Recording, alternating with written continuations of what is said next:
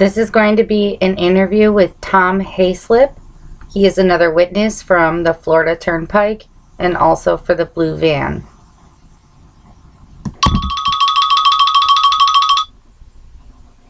Hello?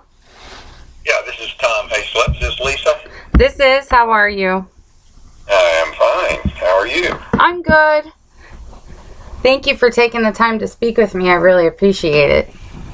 Yeah, I'm glad to do it. So, very glad. So, a little about yourself. How'd you get onto this? Well, I'm actually an investigative journalism student, and so I read Willis's book, Frustrated Witness, and I got in contact with Willis, and then we've kind of been talking, and there's so much to this that I decided I could use this as a thesis for school as well. So, you know, being that I kind of spent a lot of my free time after reading his book delving into it, I thought, you know, I might as well get credit for it. And, you know, so in a way, I'm doing it for that. And, you know, I kind of just stumbled onto it. I really didn't even know the case was solved until I read his book. And then I realized, wow, I don't really know if it was, you know, looked at properly, because I see there was a lot of witnesses that weren't called. And so it just seemed to kind of be something that I wanted to look into as well. So You're a student? Yes. So I work and I go to school. Oh, you work at the school? No, I work and I go to school. So I go to University of Amherst in Massachusetts. I do their program online, and then I just work full-time at a job. Oh, okay. Well, a thesis, that mean a doctorate? No, it's just the master's. So it's like Willis uses the word thesis, and so it's more like it's like a master paper. And so when you go for your master's program, you can have basically up to 30 credits, and so you don't need to take science and all these other classes in order to get the major at this university. So I could do it on like a paper basically, or a research is what it is. Okay, so you're not looking to get necessarily into investigative journalism. You're just interested in it. No, I am. I'm pursuing that for school. Oh, okay. So you would, yeah. What kind of, is that something would be with a newspaper, or who does an investigative journalist work for? TV shows, or? I kind of would like to be independent, because I've seen the way the media is now, and it seems like the reporting is not as in-depth as it used to be, and I don't know if that's to blame for them trying to keep up with everything now that there's online, and, you know, people are on their phones more, getting social media and stuff like that. So it seems like a lot of the network media isn't as involved in what I would like to do. So I would kind of want to either work independently or maybe for a smaller network or something where it wouldn't be so...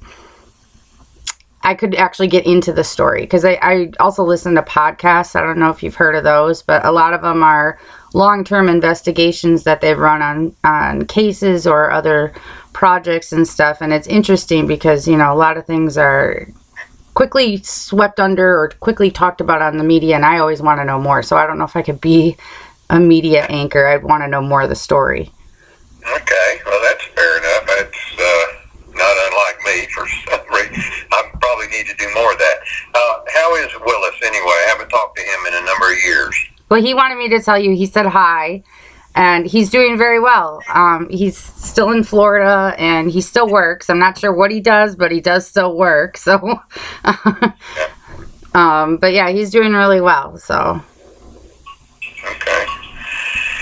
Well, if there's such a thing as a lucky call for a thesis, you probably made it. I say that because this case has bothered me since 1981 a lot, and I have all of my original notes over years of the many times that I've tried to pursue this. So I think I would have some good material for you to do investigating.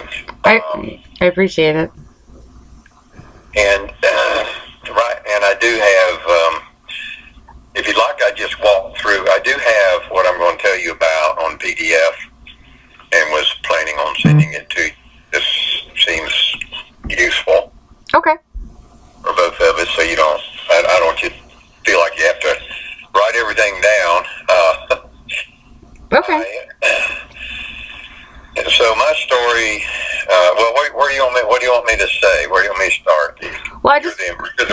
Give me some guidance.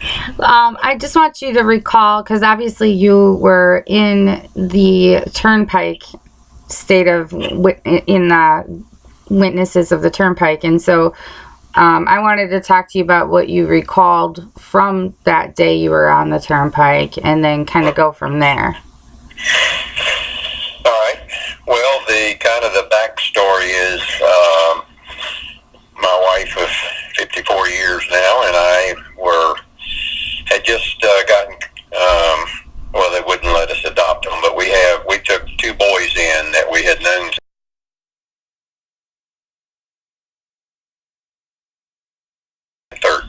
So oh, wow. We had three daughters and lived across the street from them, so we took them in and finished raising them, basically. And part of that was in April, and we were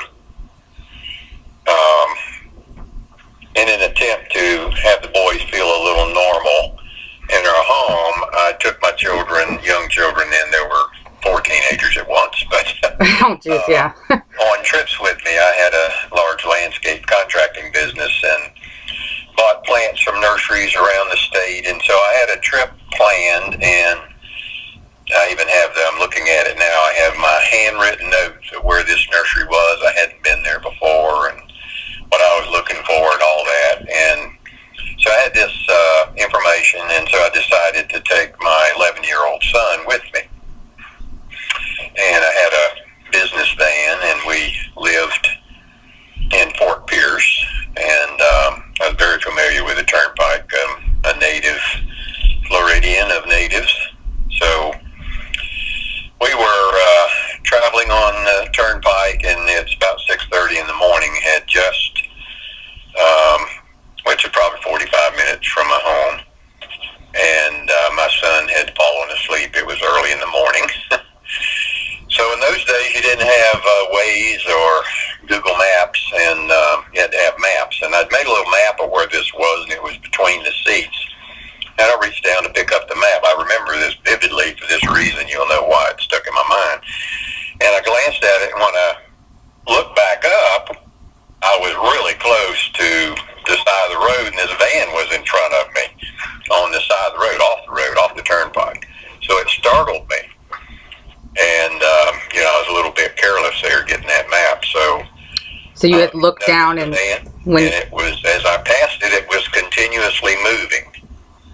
And I'm the type person that often stops and helps people. In those days, I had a business radio, but there weren't cell phones. So I decided not to stop because my son was sleeping. But I watched that van, and it never quit moving, and I probably watched it in my rearview mirror for half a mile or more. It was near an underpass, Rattleball Road. I was familiar with the area because I'm from there, and didn't think much about it.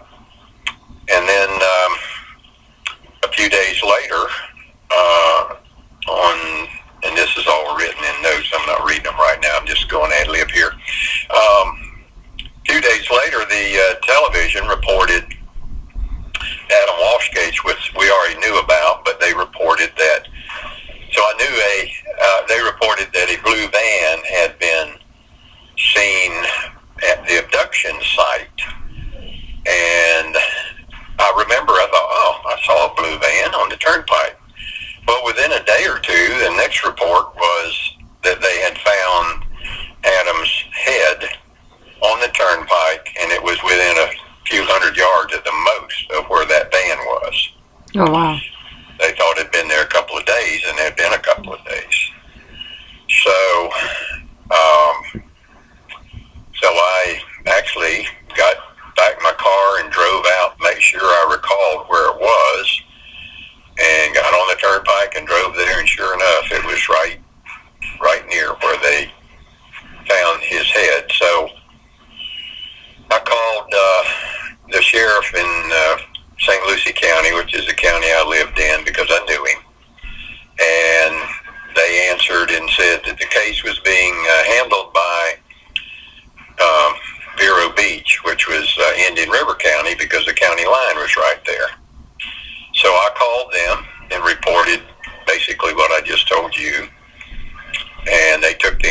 station, and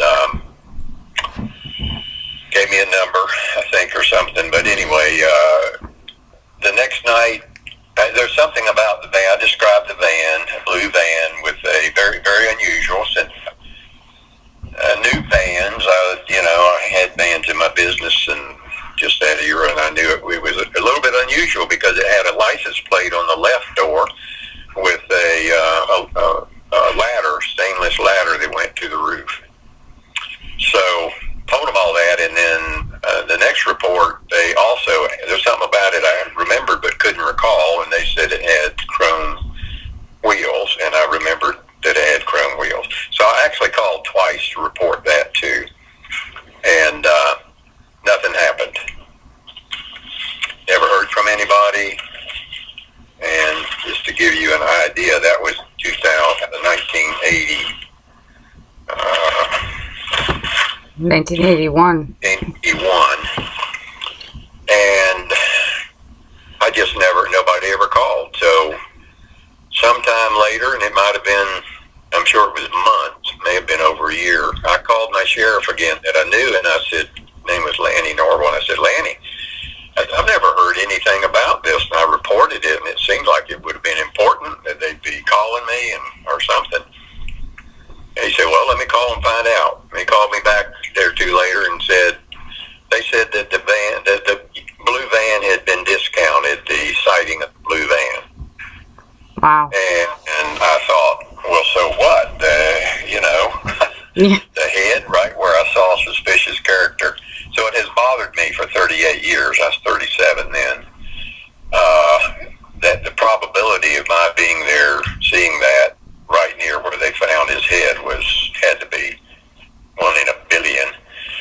Right. So it's always disturbed me, and but there wasn't anything I could do. They didn't have any reports. They just never called.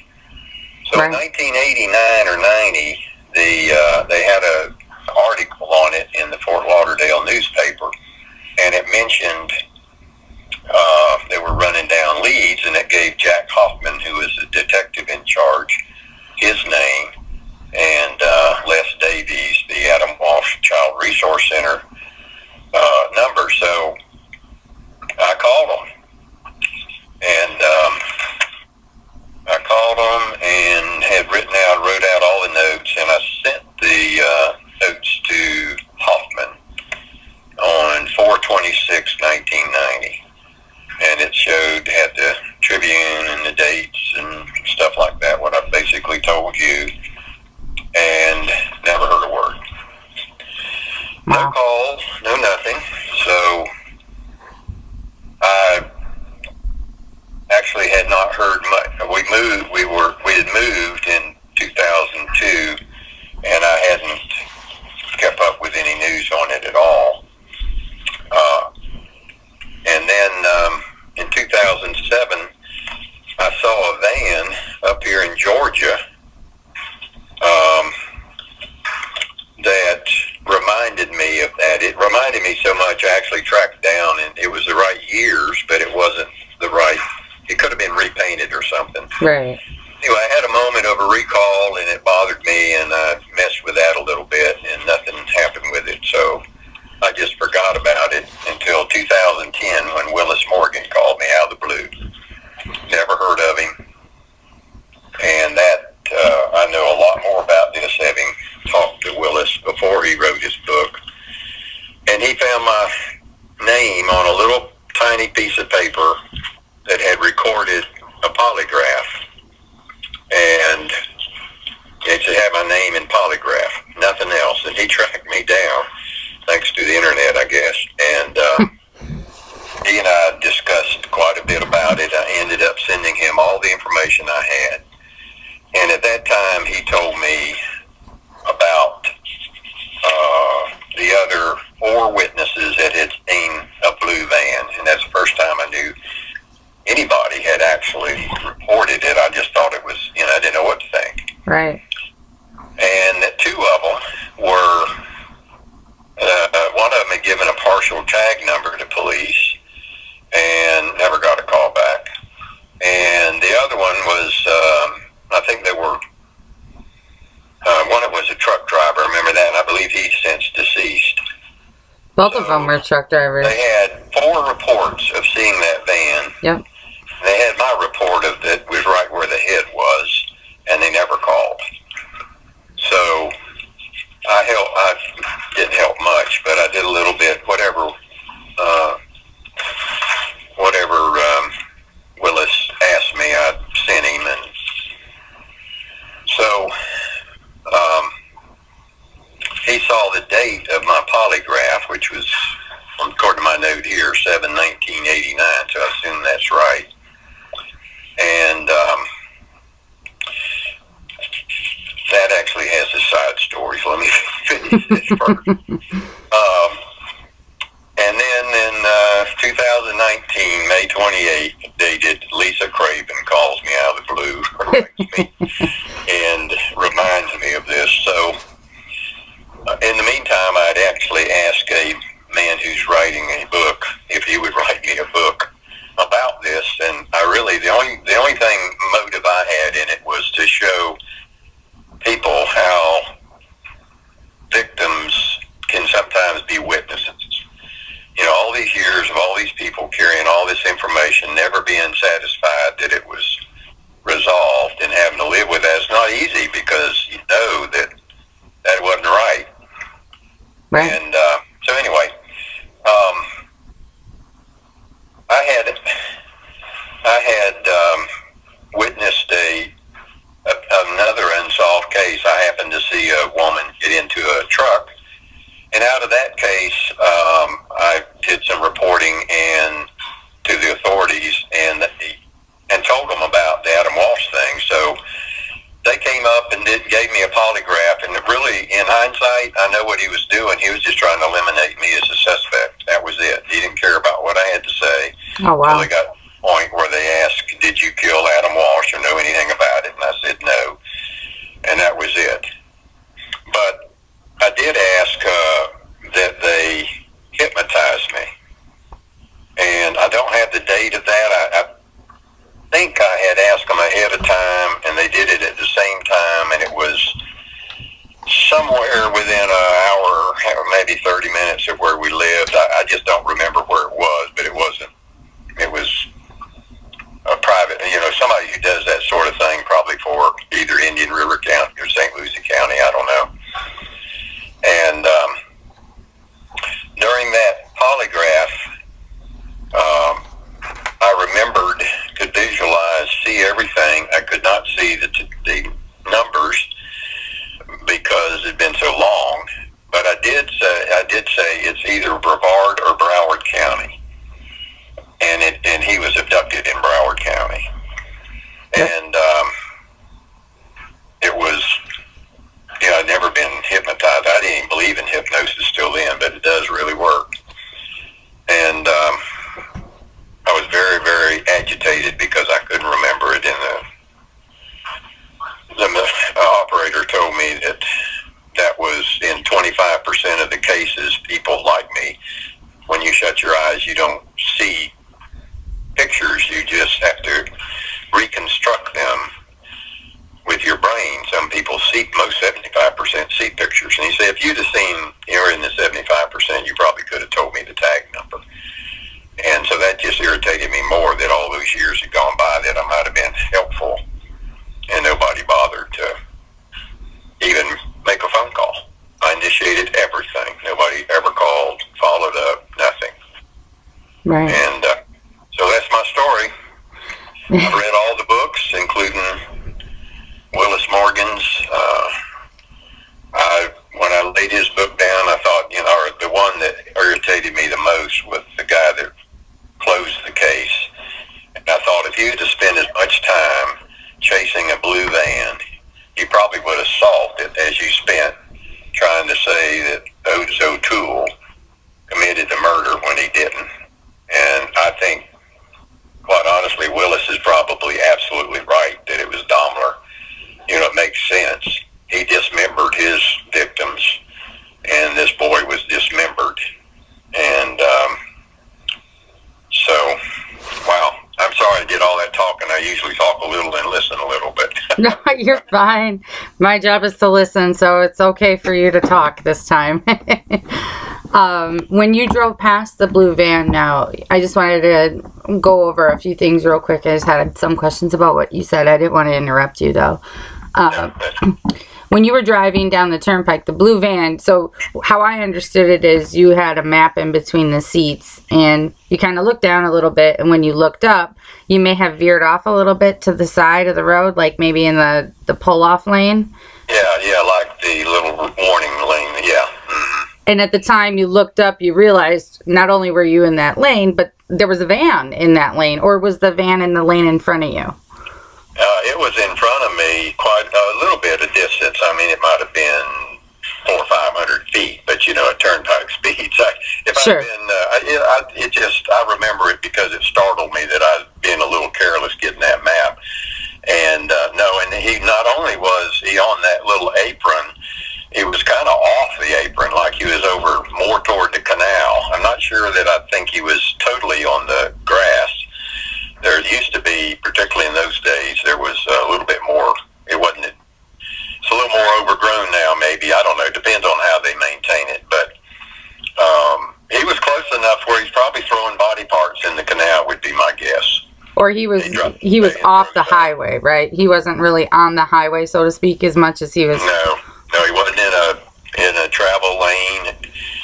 And he was suspicious. Well, in hindsight, he was suspiciously further off. I thought he was going to pull all the way off on the grass to be out of the way and need help.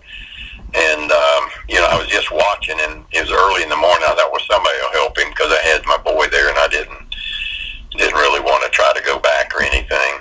Was it daylight enough or light enough? Were you able to see what the person driving looked like? It should have been right about 6:30.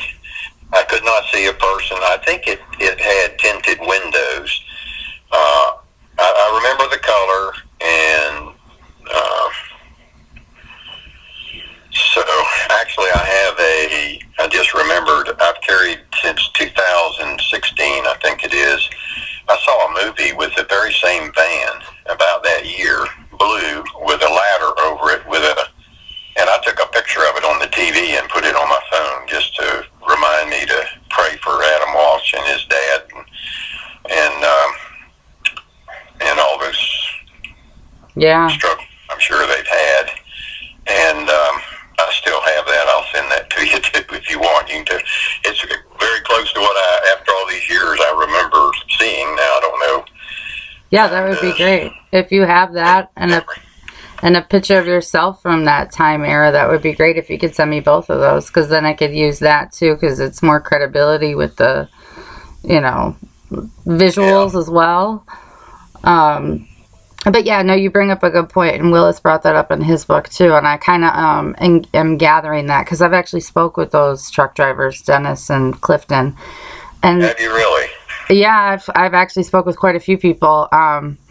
Because Willis, basically what I'm kind of trying to bring his book to life in a way as an outsider, because I'm not involved, so sometimes people look at it differently, I think, when you're involved and when you're not. And I really have nothing to gain from this. Neither does Willis, and neither do you, and none of these people do. And the only person I felt that gained anything were the ones that closed it. But and so. And Willis, I understand from just filling in the blank. I think he spent a lot of his personal money and time, and he did try to make it right. He really, really tried hard. He did. He's had lawsuits and everything. I'll send this to you, but I have a note here. It says 9-year-old black Verner Jones from Hallandale. He might have been one that saw the van. Grandfather, lawman, I can't tell. Lawman, police officer, wrote John Walsh, gave his Hallandale police. That's someone that tried to do something. Bill Bowen. Yep, I talked to Bill. Vernon Jones was one of the little boys that was at the department store with Adam, and he was there because his grandfather they did lawn service, and he went to the lawn department. Vernon played video games that day or night on the TV when the abduction came on. His grandma said, "You were there. Did you remember seeing this boy?" And he said, "Yeah." So the next day they went to the police department, and because his grandfather and him are black, the police looked at him and said, "Boy, we don't have time for this," meaning his grandfather called him boy and spit tobacco on his shoe, and they never took his statement. So then years later, Vernon wrote the letter to America's Most Wanted, and John said, "You need to call this guy," and they finally did, I think like in 2009 or something, or I don't know. It was late, very late. Yeah, then Bill Bowen says Parsons got a partial tag to police. Said 2 days will call back. Never. Let's see. CB money to no call. Sawman Wynell. Then a Philip Loon or Lure Sears service counter. Yep. Blue van blocking facing wrong way. Past guy screaming. Eugene Machado, is that the driver? Almost hit the van. Yeah, he's one of the drivers that was coming with his wife, I believe, and they intersected the van as it was leaving, and it like almost clipped him. Okay. I never knew all that until this day. I made these notes when I was talking to him, so.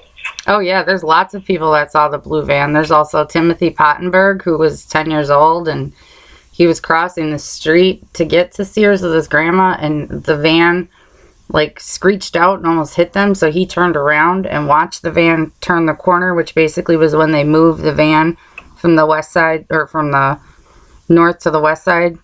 And the thing is, had they contacted any of us, we could have compared, because it could be, I remember a composite of vans that I was in my brain that wouldn't be perfectly accurate, but between all of them they'd have had a much better chance. And I'll tell you, there's not that many of those era vans that had I think they're Fords, that had the license plate on the left rear door, if I'm remembering that correctly. But that was my memory. It was over the left, and the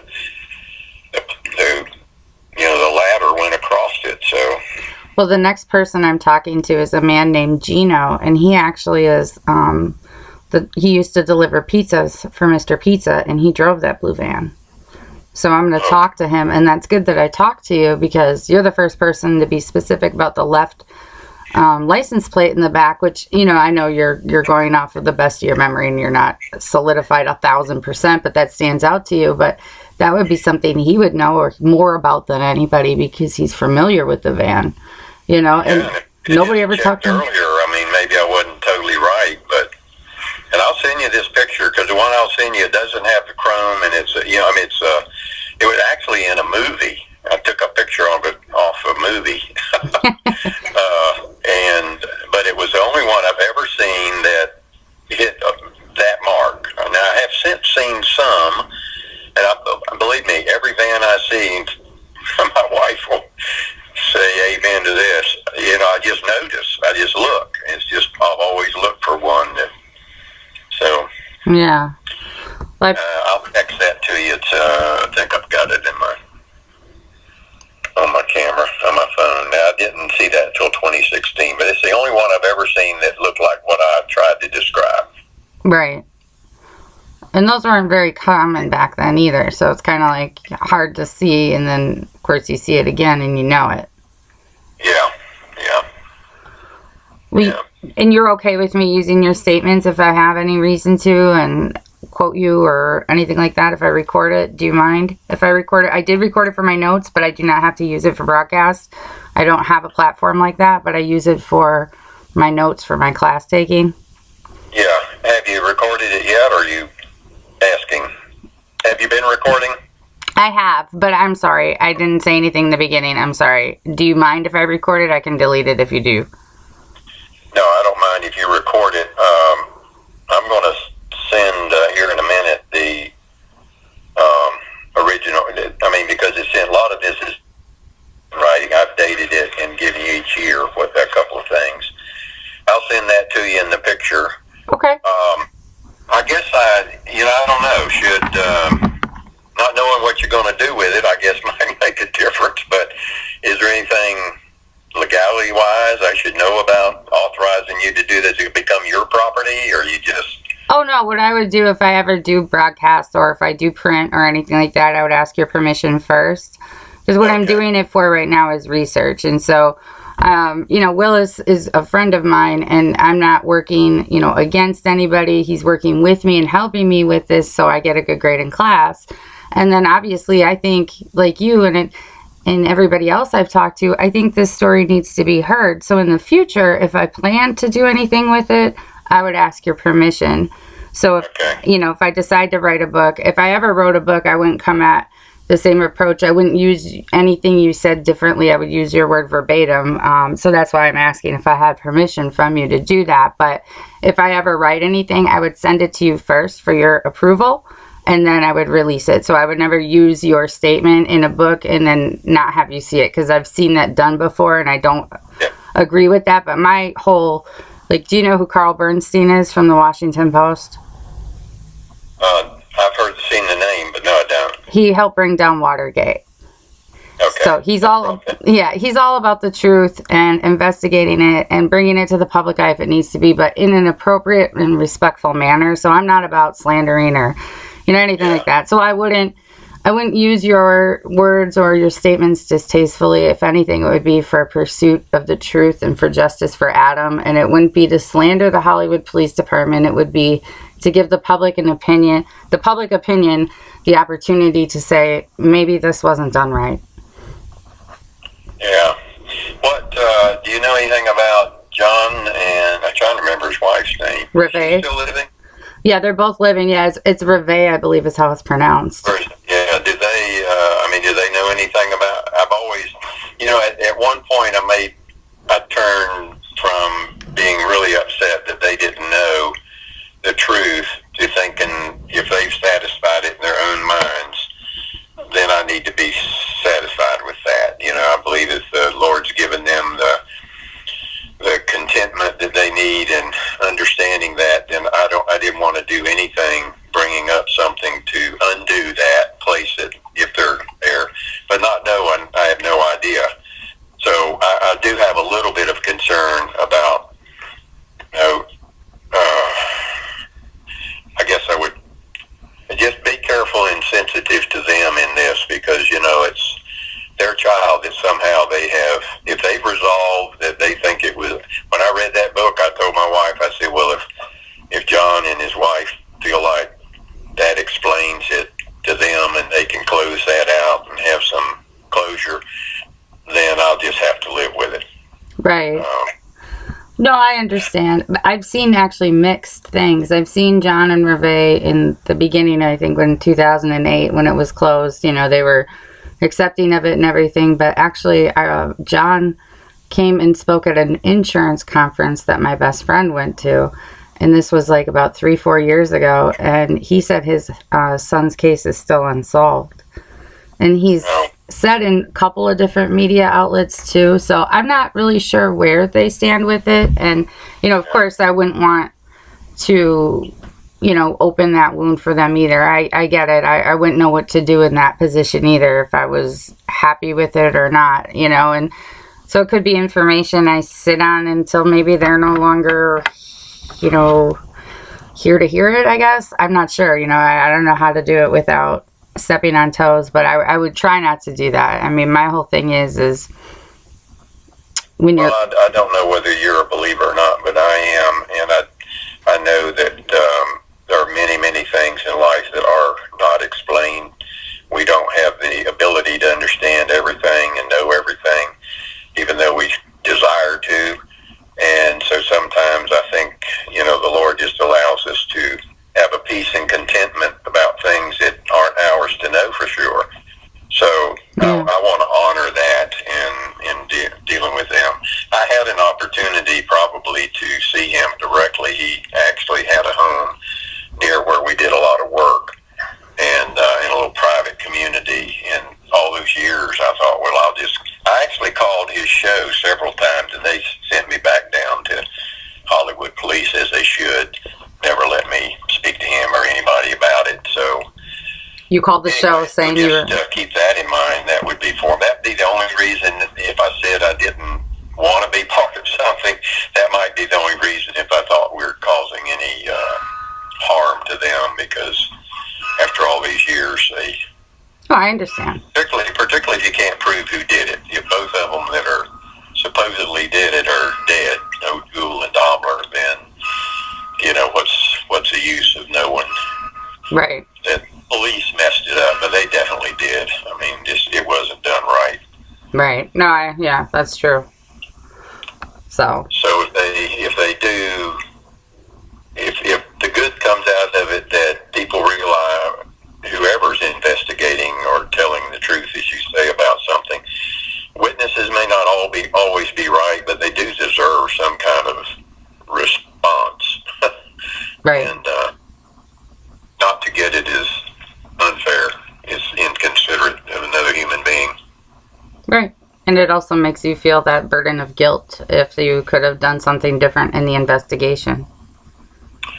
Yep, because I thought I was doing plenty, but, when you don't have information, you don't know how much further to push it.